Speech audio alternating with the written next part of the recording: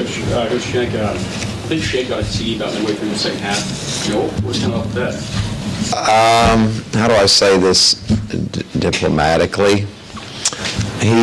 Let's say he was enticed into it over time, which does not excuse it. It's a good lesson that, if someone keeps hitting you and hitting you and hitting you, no matter how many times they kind of jab you and elbow you and all that, you don't retaliate.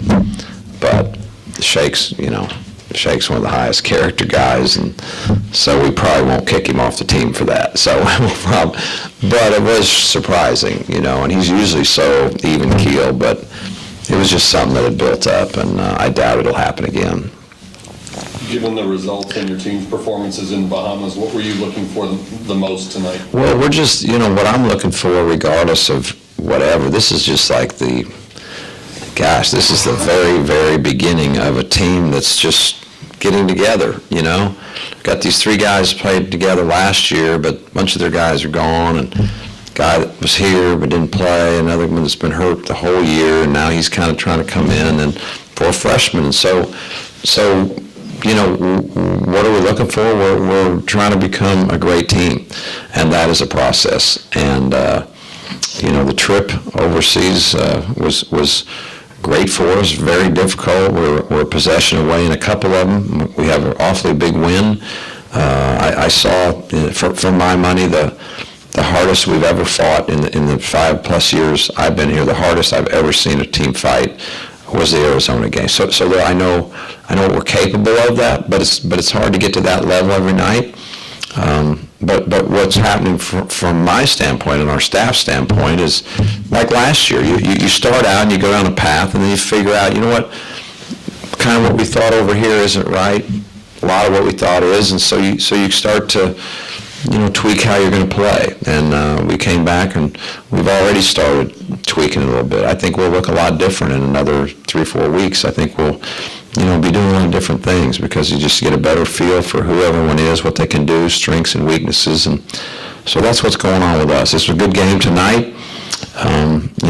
They're hard to play against. They press, as you see the whole game. They're always, trapping and pressing and running and jumping and switching into a zone, and it's hard to get good rhythm.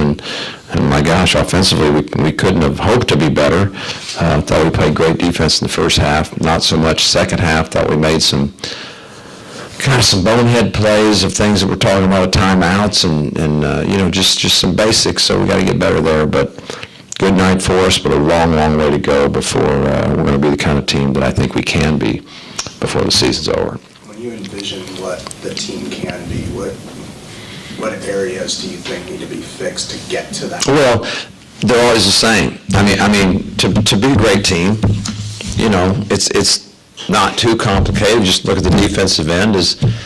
Can you hold people to fairly low field goal percentages night in and night out, no matter who you play? And again, I go back to Arizona. It was, we fought and held them to 30, whatever, and it's incredible.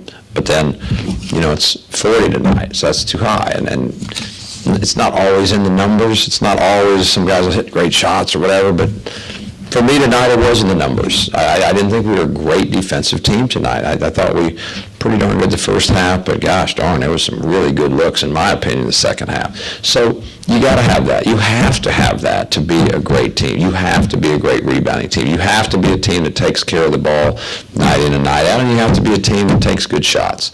And those all sound good, and every coach in America is saying the same things. But when I say you got to be great at them, you got to be great at them, not pretty good at them. And that doesn't, that just sounds easy. It's not easy. It's not easy at all. It's just such an incredible commitment by the players, the experiences, the film sessions, the understanding, the buy-in, the culture. It takes time. It took us time last year, and we had a veteran team last year. This is a young team, so, it may take longer. But really the same formula. I don't know anyone. I guess there'll be some teams say we got to turn you over 28 times to win or whatever. That's a whole different deal that not many teams. But basically everyone else has the same. They're saying the same things. It's the same formula. That's what you have to have as your core in order to be great. Everett Ray didn't check in until the second half. What went into that decision? a Coy, I'm not trying to play a revolving door. I'm not trying to, make sure everyone gets X number of minutes. We're staring down the barrel of some pretty tough games, and Everett's done a very good job for us. I'm nothing against Everett, but Coy is a guy who's had a lot of experience. He's a talented player. He's trying to work his way back. He practiced a long time ago was his last real practice, and he's come. What he's been through has been amazing. But he's got so much good experience, good feel. He's a good defender, great teammate, and so he can really help us as well. So I'm trying to get him in our mix. That doesn't mean Everett's not, but now Coy is finally, after months, been cleared to play, and he's going to be a very valuable part as long as we keep him healthy and as he starts to get in shape. He's in. Come on, was it 2 months? You didn't get to practice, and so pretty amazing that he looks as good as he does. To me, he's just. He knows what's going on. He's very bright, and that's without reps. Can you imagine never have any reps? And but you've been watching, and you played at Louisville, played at Georgetown. He knows. Been in a lot of college games, so. We need him to come along. We need Everett to continue to come along. We need everybody. We don't have that many guys, right? Was it 9 now with a Coy? So everyone's got to be, busting their tail to make sure that everybody's elevating their game. And when they do, you know what? We're just going to continue to get better and better. All right, so Coy hasn't practiced with you, and admittedly only 8 minutes tonight. Is that enough for you to even get a sense of, or an impression of what he is? I know what he is. It's more where he is, not what he is. I know what he is when he's healthy and has practiced and is in great shape. I know what he is. It's what I'm looking at is where is he right now?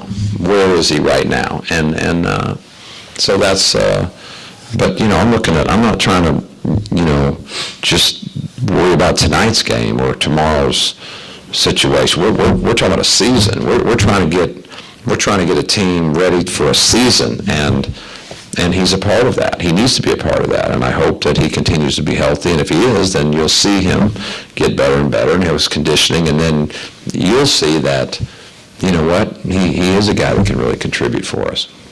Tonight, y'all only had seven turnovers, which was a lot down from the Western Kentucky game. Was that a point of focus coming into this game? No, you know what? That's the thing about of course, we talked about a little, but I'm telling you, turnovers is definitely not.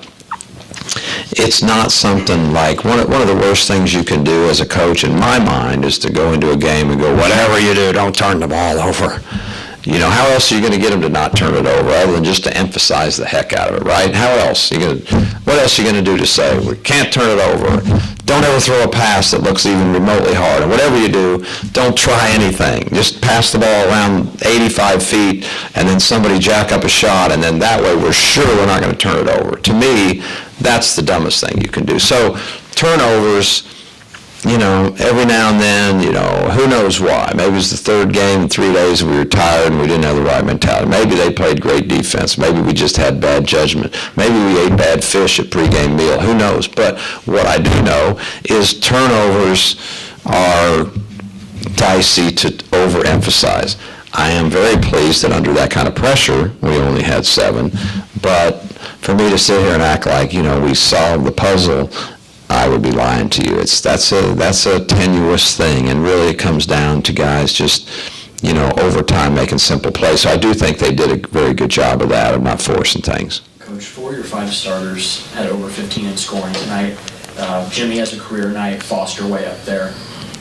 I know that this team focuses on being unselfish, but knowing the spark that these guys can be for you offensively, do you think there's such a thing as too unselfish? I don't, because being really unselfish doesn't necessarily mean certain guys don't shoot a lot of balls on a given night. I don't think that being totally unselfish is just saying, well, make sure everyone gets an equal amount of shots or something. I think what unselfish is making the right play. If I'm open, I shoot every single time.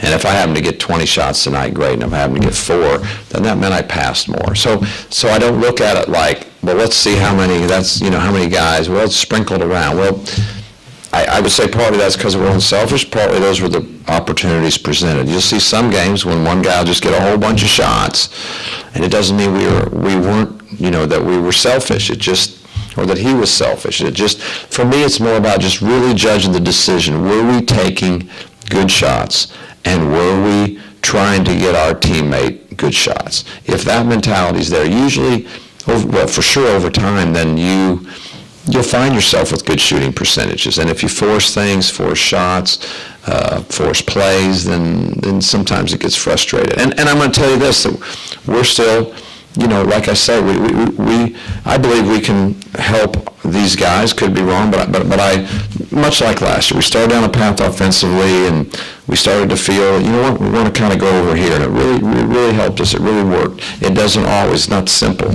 but I do see in these guys, I see a little bit of a direction that I think that we're going to start going, and I think it'll make us more efficient. Efficiency is what you want. You want to be efficient on offense. You want to be efficient on defense. And if you're putting guys in the right place, hiding their weaknesses and accentuating their strengths and allowing them to have enough freedom and yet not play crazy, then maybe you can get really efficient offensively, and that's what we're trying to do. That's our focus on the offensive end anyway right now. You pointed out before that we sometimes get too hung up on the points on the stat sheet, but given what you just said about efficiency, is 9 of 12 shooting the best part of what Jimmy did tonight? Well, it's great. I don't know. That's a hard question. Don't ask me hard questions. Ask easy questions. It was I love it. I love that he took good shots, really good shots for him. Love that he played with confidence. That's going to really help us. I love 6 assists. I thought his floor game was very good. I thought he did a good job defensively. I thought he played one heck of a game. So that certainly contributes. But I don't want to be a guy, and I think our guys all know this, that I don't want to base how well you played on how well you shot. Because what if I took 12 great shots and made 4 of them but played the exact same game?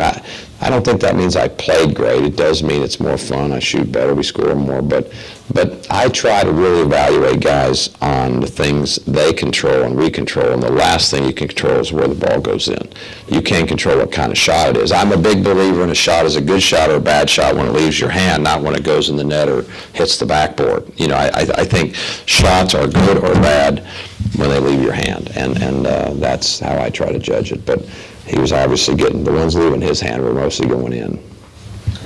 How much do you, when you're scouting for USC coming up, how much do you look at just what they've done so far, and how much do you reflect upon the meetings last year? It's certainly... Obviously, some players are gone from both teams. Not many from them.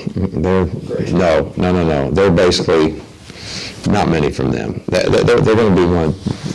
My mind. In fact, if you look at this guy's a Woodman Award candidate, another Woodman Award candidate, another Mason candidate, it's like about every guy on their team is up for the draft. This is one of the most, as I tried to say last, it's one of the most talented teams in America, bar none. I mean, USC is ultra talented.